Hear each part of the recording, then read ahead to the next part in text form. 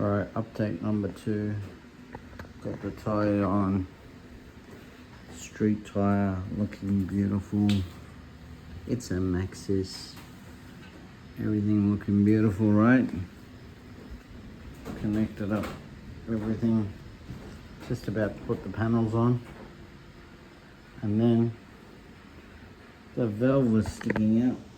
Kept hitting the side. So try to bend it in, and guess what? See a grown man cry. Busted it. So gonna have to get a new tube in. More delays. I was actually so upset yesterday because I haven't ridden this wheel for maybe 2 months now, and sad times. But on the bright side, we've got Joker style pads clicking, which are looking awesome, and at least the V11 and the v14 are working, so still got something to play with. Alright, peace out guys, thanks for watching.